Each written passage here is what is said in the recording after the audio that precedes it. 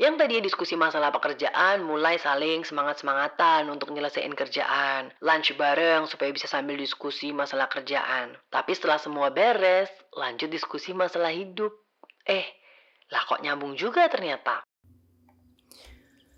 I'm not always good with words. As a matter of fact, before I decided to choose monologue as my Instagram content, my mind is almost always filled with random thoughts on different things. Kadang pas lagi lihat apa gitu di jalan langsung kepikir sesuatu. Lagi ngomong sama orang, tiba-tiba nemu jawaban dari pertanyaanku selama ini. Kadang juga waktu dimintain pendapat sama orang, pas lagi ngomong nih, otakku tuh bisa yang, Kalau dipikir-pikir lagi, omonganku ada benernya juga ya. nah, monolog ini adalah salah satunya. Terjatuh segitu aja saat quality time sama Ade di McDonald's sambil ngunyah nugget. Sampai saat ini ditulis pun, alur pikirannya sebetulnya masih berantakan. But I will try my very best to make it flow. Jadi aku punya teori gini. Manusia itu seringkali berusaha mencari solusi dari permasalahan yang sebenarnya nggak nyata. Well, let me paraphrase it in English because I think it's easier for this theory.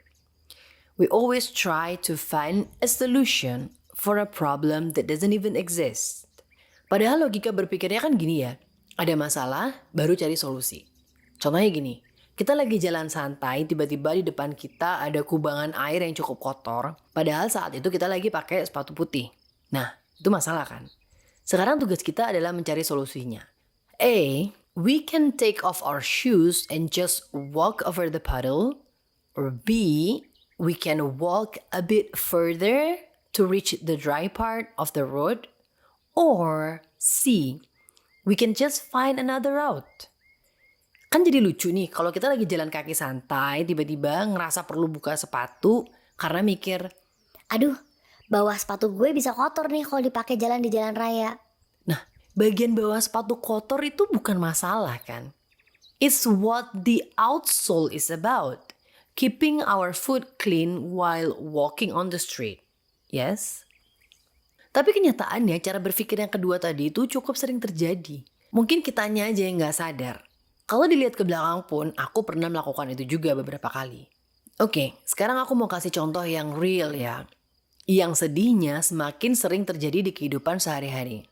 Sebut saja Fulan, seorang suami dari Fulana, bekerja di sebuah perusahaan besar selama 10 tahun terakhir ini. Karirnya bagus, rumah tangganya bahagia, all rainbows and butterflies lah pokoknya. Sampai suatu hari dia dapat promosi ke jabatan yang lebih tinggi lagi. Otomatis tanggung jawab bertambah, beban pekerjaan juga bertambah dong. Lah, wong gajinya juga nambah kan ya. Mulai nih, micro stress. Yang tadinya pulang ke rumah lihat istri bisa adem, sekarang agak judek bawaannya. Alasannya masih banyak kerjaan yang belum selesai. Yang tadinya bisa ngobrol enak sama istri, mulai agak ketus. Alasannya karena capek seharian di kantor. Yang tadinya tiap weekend bisa quality time sama istri dan anak, mulai males dan milih tidur aja sambil main handphone di rumah dengan alasan untuk melepas stres. Oke, sang istri mencoba untuk memahami situasi suaminya and doing as best as she could to support her husband, ya kan? Sambil kasih pengertian ke anak-anak tentang keadaan ayahnya yang sekarang supaya mereka nggak ngerasa kayak disingkirkan gitulah. Karena banyaknya kerjaan yang keteter, Pak Bos di kantor ngasih tandeman untuk bantuin apa yang masih belum selesai. Nah, tandeman ini wujudnya seorang perempuan yang smart, yang satset-satset, enak diajak diskusi, and most importantly, she gets things done. Yang tadi diskusi masalah pekerjaan mulai saling semangat-semangatan untuk nyelesain kerjaan. Lunch bareng supaya bisa sambil diskusi masalah kerjaan. Tapi setelah semua beres, lanjut diskusi masalah hidup. Lah kok nyambung juga ternyata. Akhirnya berlanjut chatting, teleponan, and whatnot. Sounds familiar, right? Antara kita pernah melakukan atau pernah merasakan atau setidaknya pernah lihat dengan mata kepala sendiri ini terjadi di lingkungan kantor. Kira-kira nih kalau interaksi antara si Fulan dan perempuan tadi dilanjutin terus bakal menimbulkan masalah atau malah bisa menyelesaikan semua masalah ke depannya. Contoh lain ya, biar fair, aku harus jadi objek juga. Sebagai seorang perempuan yang masih belum menikah di umur segini, lihat teman-teman semua udah pada punya pasangan dan anak-anak untuk mengisi hari-harinya. Kadang masih suka terbersit rasa kayak hidupku nih ada yang kurang gitu rasanya. Yes, of course, aku punya bapak, ibu, dan adik, tapi kalau kata teman-temanku, Kalau berbagi kasih sayang sama suami itu beda bangetnya pokoknya. terus jadi panik nyari pasangan hidup, padahal Allah belum hadirkan jodohnya. Akhirnya pakai moto, yang penting laki-laki lah udah. Kira-kira keputusanku itu bakal bawa manfaat atau malah mudorot ke depannya? Once you sign up for a job, you gotta be ready for all the consequences. The responsibility, the workload, the overtime, and of course, the stress. It's nothing new, right? And surely it's not a problem at all. Aku gak pernah kerja yang karir sih emang, tapi yang aku tahu, semua yang aku sebutin barusan tuh bisa banget kok diselesaikan. You just have to man up and face it all. Sebagai anak seorang mantan pegawai BUMN yang pernah ada di posisi crucial, aku melihat dengan mata kepalaku sendiri Bapak ada di situasi yang sangat sulit sekali. Diserang sana-sini bahkan sampai di demo setiap kali terjadi kelangkaan bahan bakar. Tapi nggak pernah sekalipun Bapak merasa itu sebagai suatu masalah yang butuh solusi baru. Bapak pernah bilang, Ya ginilah hidup, akan banyak dinamikanya. Banyak ujian yang akan datang. Jadi nggak usah bingung, dihadapi dan diselesaikan satu-satu aja. Dengan cara yang nggak bikin hidup makin ruwet. ketika Allah berikan ujian, Allah juga pasti siapkan penyelesaiannya.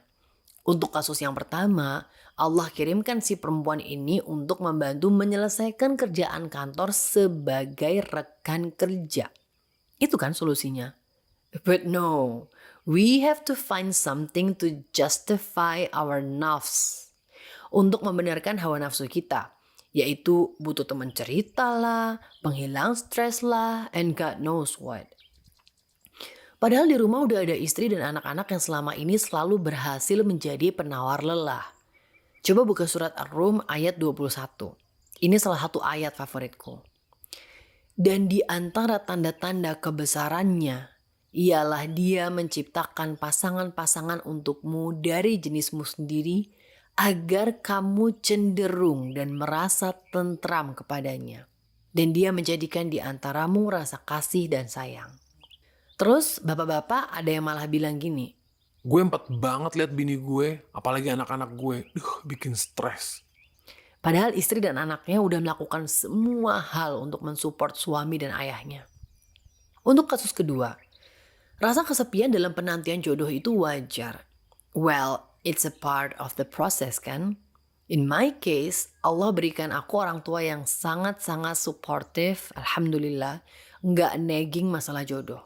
Aku bisa ngobrol sama mereka, bisa jalan-jalan, pokoknya I could spend most of my time with them. Alhamdulillah hampir jarang banget aku ngerasa kesepian. Aku juga punya adik laki-laki yang aku bisa mintain pendapatnya kalau lagi butuh sudut pandang laki-laki. Kalau ngikutin bisikan setan dan hawa nafsu, bisa aja aku ketepikan semua nikmat itu dan menjadikan kesepian ini sebagai masalah. Yang mana solusinya adalah, cari teman cowok. Teman cerita, teman curhat, bahkan mungkin teman hangout. Atau yang lebih ekstrim lagi, nerima siapa aja cowok yang bersedia menikah sama aku tanpa diseleksi lagi agamanya. Pokoknya yang penting laki dan KTP-nya Islam. Aku sekarang ada pada titik dimana aku tuh sama sekali nggak butuh temen laki-laki. Bukan berarti aku nggak mau berinteraksi sama sekali sama laki-laki ya. Tapi harus ada uzur syar'inya. Temen laki-laki itu gunanya buat apa coba aku tanya sekarang? Emang boleh dalam syariat Islam laki-laki dan perempuan berteman yang saling chatting, teleponan, ketemuan berdua gitu? Emang boleh dalam syariat Islam menerima pinangan laki-laki yang enggak sholat? Atau yang sholat wajibnya masih bolong-bolong gitu?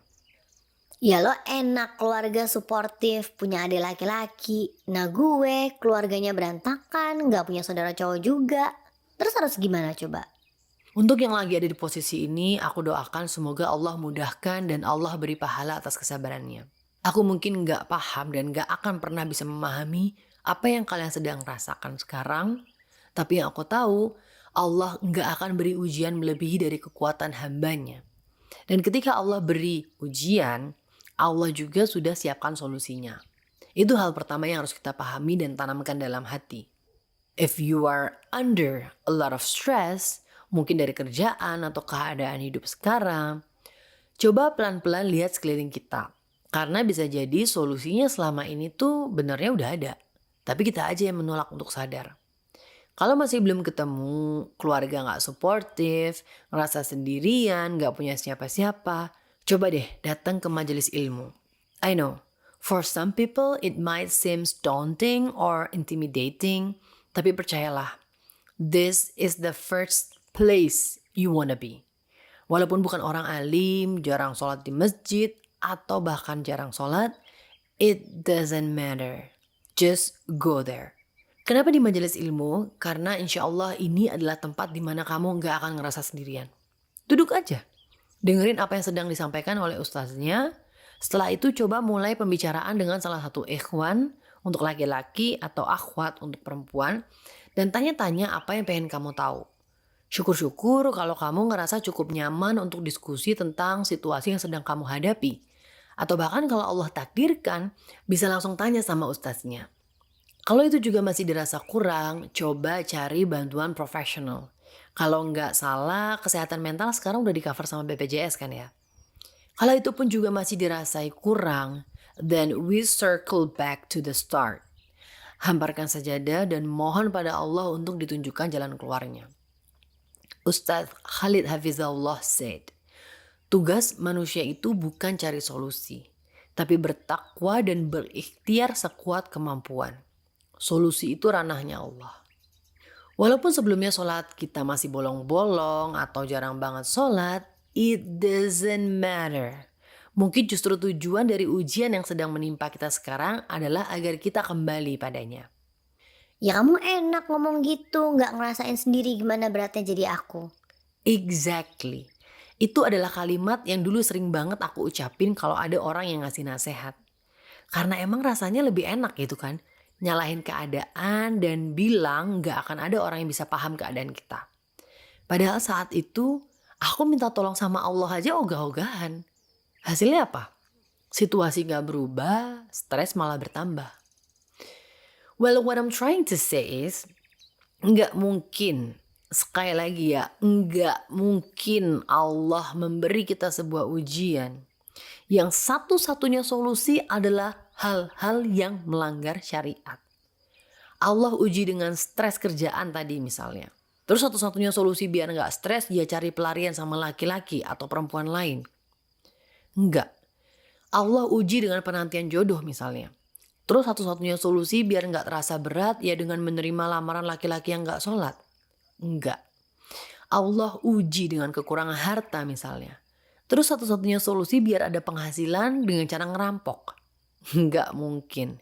Itu semua adalah justifikasi dari hawa nafsu kita aja. Dari keputusasaan kita atas rahmat Allah yang sebenarnya begitu besar dan begitu luas. Semoga Allah senantiasa mudahkan kita dalam menjalani segala ujian yang datang dalam hidup dengan cara yang Allah ridhoi.